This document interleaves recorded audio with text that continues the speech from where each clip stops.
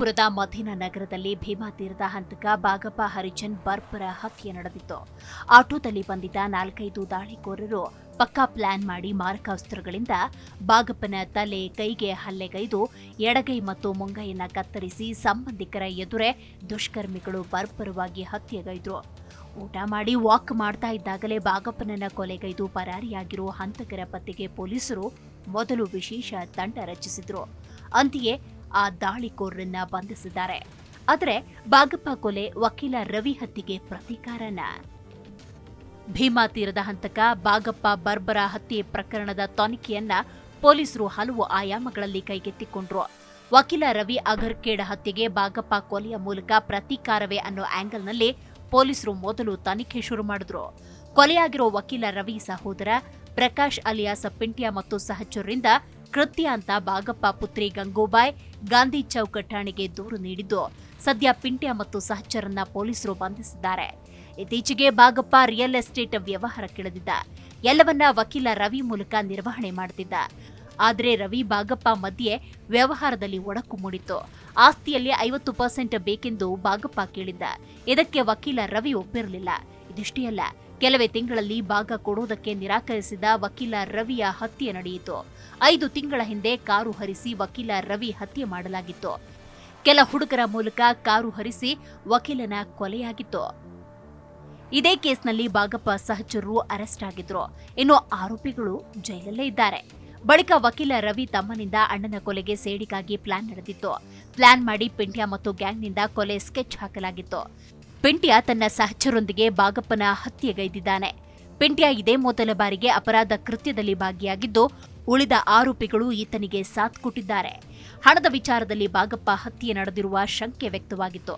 ಬಾಗಪ್ಪನನ್ನ ಮುಗಿಸೋದಕ್ಕೆ ಹೊಸ gang entry ಕೊಡೋ ಸಾಧ್ಯತೆ ಇತ್ತು. ಚಂದಪ್ಪ ಹರಿಜನ್ ಸಂಬಂಧಿಕರಿಂದ ಹತ್ಯೆ ನಡೀತಾ ಅನ್ನೋ ಪ್ರಶ್ನೆ ಕೂಡ ಎದುರಾಗಿತ್ತು. ಕಾರಣ ಏನು ಅಂತ ನೋಡೋದಾದ್ರೆ, 2018ರಲ್ಲಿ ತನ್ನ ಮೇಲೆ ನಡೆದಿದ್ದ ಫೈರಿಂಗ್ ಕೇಸ್ಗೆ ಸಾಕ್ಷಿ ಹೇಳೋದಕ್ಕೆ ಫೆಬ್ರವರಿ 19ರಂದು ಬಾಗಪ್ಪ ಕೋರ್ಟ್ಗೆ ಹಾಜರಾಗಬೇಕಿತ್ತು. ವಿರೋಧಿಗಳಿಗೆ ಗೊತ್ತಾಗದಿರಲಿ ಅಂತ ಬಾಗಪ್ಪ ವಿಜಯಪುರದ ಹೊರವಲಯದ ಬಾಡಿಗೆ ಮನೆಯಲ್ಲಿದ್ದ. ಮನೆಯಲ್ಲೇ ಸಂಜನಾ ಎಂಬ ಸಂಬಂಧಿಯನ್ನ ಇರಿಸಿಕೊಂಡಿದ್ದ. ಈ ವಿಚಾರ ತಿಳಿದು ಸ್ಥಳಕ್ಕೆ ತೆರಳಿ ಹತ್ಯೆಗೈದಿರೋ ಸಾಧ್ಯತೆ ಇದೆ ಅಂತ ಹೇಳಲಾಗ್ತಾ ಇತ್ತು. ಕೊಲೆಯಾದ ಬಾಗಪ್ಪ ಹರಿಜನ್ ಭೀಮಾ ತೀರದ ಹಂತಕ ಎಂದೇ ಕುಖ್ಯಾತಿಯಾಗಿದ್ದ ಚಂದಪ್ಪ ಹರಿಜನ್ ಶಿಷ್ಯ. ಬಾಗಪ್ಪ ಹರಿಜನ್ ಕಲಬುರ್ಗಿ ವಿಜಯಪುರ ಭಾಗದ ಭೀಮಾ ತೀರದಲ್ಲಿ ಹಲವು ಅಪರಾಧ ಕೃತ್ಯಗಳನ್ನ ಎಸಗಿದ್ದ. ಬಾಗಪ್ಪ ಹರಿಜನ್ ಮೇಲಿದ್ದ ಪ್ರಕರಣಗಳು. ಬಾಗಪ್ಪ ಹರಿಜನ್ ಮೇಲೆ ಒಟ್ಟು 10 ಪ್ರಕರಣಗಳಿವೆ. ಈ ಪೈಕಿ 6 ಕೊಲೆ ಪ್ರಕರಣಗಳು. 1998ರಲ್ಲಿ ಸಿಂದಗಿಯಲ್ಲಿ ಸ್ಟನ್ಗನ್ ಬಳಸಿ ಗುಂಡು ಹಾರಿಸಿದ ಕೇಸ್ ಸೇರಿದಂತೆ ಹಲವು ಪ್ರಕರಣಗಳಲ್ಲಿ ಈತನ ಹೆಸರಿದೆ. ಚಂದಪ್ಪ ಹರಿಜನ್ ಸಹೋದರ ಬಸಪ್ಪ ಹಾಗೂ ಸಂಬಂಧಿ ಮುತ್ತುರಾಜ್ ಕೊಲೆ ಪ್ರಕರಣ ಈತನ ಮೇಲಿದೆ. 2000ನೇ ಇಸ್ವಿಯಲ್ಲಿ ಪೊಲೀಸರ ಮೇಲೆ ಫೈರಿಂಗ್. 1999ರಲ್ಲಿ ಆಲಮೇಲದಲ್ಲಿ ನಡೆದ ಕೊಲೆ ಪ್ರಕರಣ. 1998ರಲ್ಲಿ ಕಲಬುರಗಿ ಜಿಲ್ಲೆ ಆಳಂದದಲ್ಲಿ ನಡೆದ ಜೋಡಿ ಕೊಲೆ ಪ್ರಕರಣ. 1997ರಲ್ಲಿ ಚಡಚಣದಲ್ಲಿ ನಡೆದ ಕೊಲೆ ಪ್ರಕರಣ. 2001ರಲ್ಲಿ ಕೋಡ್ ಕೊಲೆ ಪ್ರಕರಣ. 2003ರಲ್ಲಿ ಕಲಬುರಗಿ ಜಿಲ್ಲೆ ಅಫ್ಜಲ್ಪುರ ತಾಲೂಕಿನ ಶಿರೋಳದಲ್ಲಿ ನಡೆದ 4 ಕೊಲೆ ಪ್ರಕರಣದ ಆರೋಪಿ. ಇನ್ನು ಬಾಗಪ್ಪನ ಮೇಲೆ ಫೈರಿಂಗ್ ವಿಚಾರವನ್ನು ನೋಡುವುದಾದ್ರೆ, ಕಳೆದ 2018ರ ಆಗಸ್ಟ್ 8ರಂದು ವಿಜಯನಗರದ ನ್ಯಾಯಾಲಯದ ಆವರಣದಲ್ಲಿ ಬಾಗಪ್ಪ ಹರಿಜನ್ ಮೇಲೆ ಪೀರಪ್ಪ ಹಡಪದ್ ಎಂಬಾತ ಫೈರಿಂಗ್ ಮಾಡಿದ್ದ.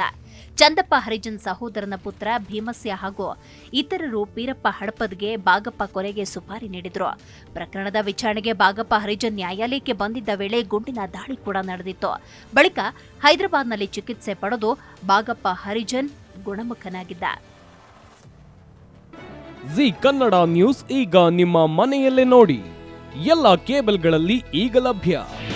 ನಿಮ್ಮ ನೆಚ್ಚಿನ ಜಿ ಕನ್ನಡ ನ್ಯೂಸ್ ಈಗ ಸನ್ ಡೈರೆಕ್ಟ್ ನಲ್ಲಿ number 292, Tata Play number 1664, Jio TV number 1334, NXT digital number 30, in cable number 30, city networks 51, U digital number 162, GTPL number 17, Rockline telecommunications number 42, Shri Basaveshwara cable number 168, rural cable network 60, Vinayaka digital 57, Abhishek cable 821, city channel 53, Siddeshwara cable network 57, ವಿ4 digital infotech 628, Surya digital networks 53, Gajanan digital number 836, Malnad infotech private limited number